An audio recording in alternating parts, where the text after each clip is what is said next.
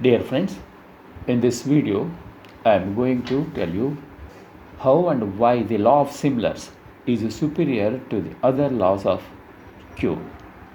In my first video, What is Homeopathy? I stated that homeopathy is the last to come and the most modern in curing the sick.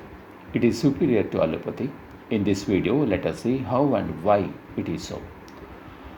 In his Organ of Medicine, the Bible of Homeopathy, Hahnemann calls a disease a derangement of man's state of health.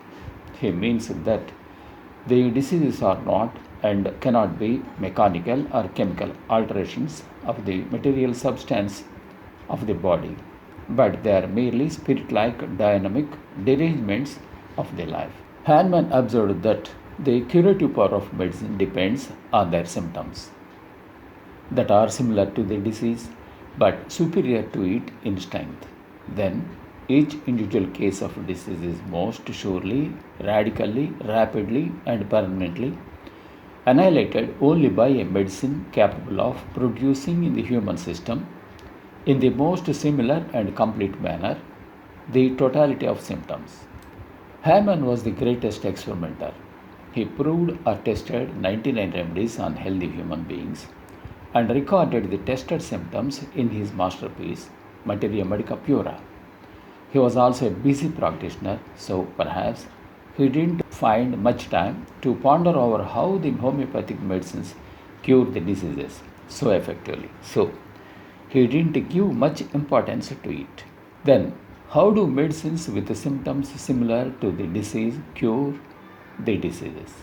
Here, a link is missing, which is provided by Professor George Vithalkas. In one of his videos, he says that the human body or organism has its own way of dealing with the diseases. The symptoms of the disease are the body's attempts to cure itself and to restore the order in the derangement of health. They are not the same for all people. They differ from person to person. They are highly individualized. No pathology or physiology can explain them. For example, a microorganism, say the typhoid bacteria, has invaded a human body. Immediately, the body raises its temperature in order to wipe out the invader. But, alas, the system is unable to raise the heat to the optimum level needed to be successful in the struggle. The required temperature is not so much but only a fraction of a degree. Then the system needs medical help. When a curative homeopathic remedy selected on the totality of the symptoms is given, it gives a push to the body from behind and helps it raise the temperature. Lo and behold, within minutes the body cools down because the medicine has helped the system in the same direction in which it is fighting against the organisms. The curative temperature that the homeopathic remedy has raised to is so slight and short-lived that it cannot be detected in acute cases. In chronic cases, it can be well detected. When a bacteria enters the body, it raises the temperature to inactivate the bacteria. Allopathy lowers the temperature and so works against the attempts of the organism to wipe out the bacteria. So it fails.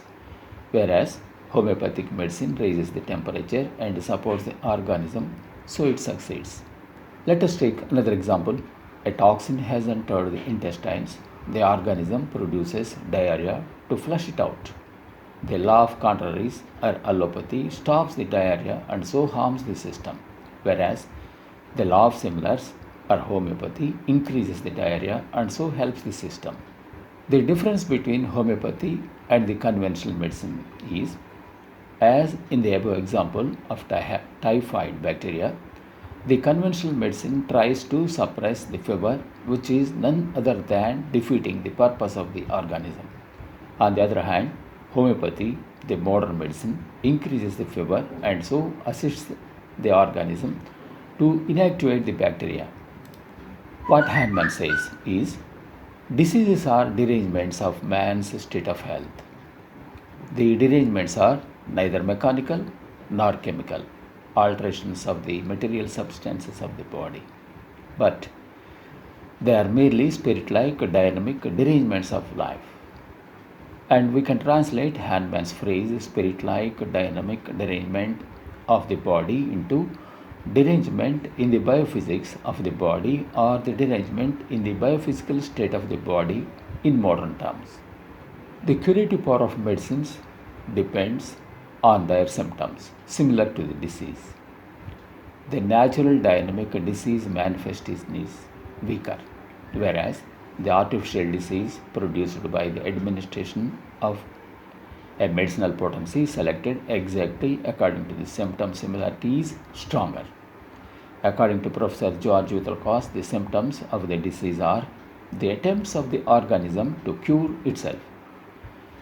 The curative remedy helps the system in the same direction in which it is fighting against the disease by intensifying the symptoms. The intensification of the symptoms in the wake of the application of the curative remedy is called the homeopathic aggravation, which is the sure sign of correct homeopathic prescription. The homeopathic aggravation may not be detectable in acute cases, but the homeopathic aggravation is clearly seen in chronic cases.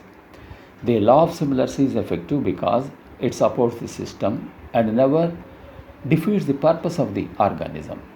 From the above examples, we can say that the law of similars is far superior in curative powers to the law of contraries or the law of others, means allopathy, because it assists the body in every way in its attempt to cure itself. Thank you very much for watching the video. Please like it, subscribe it and share it.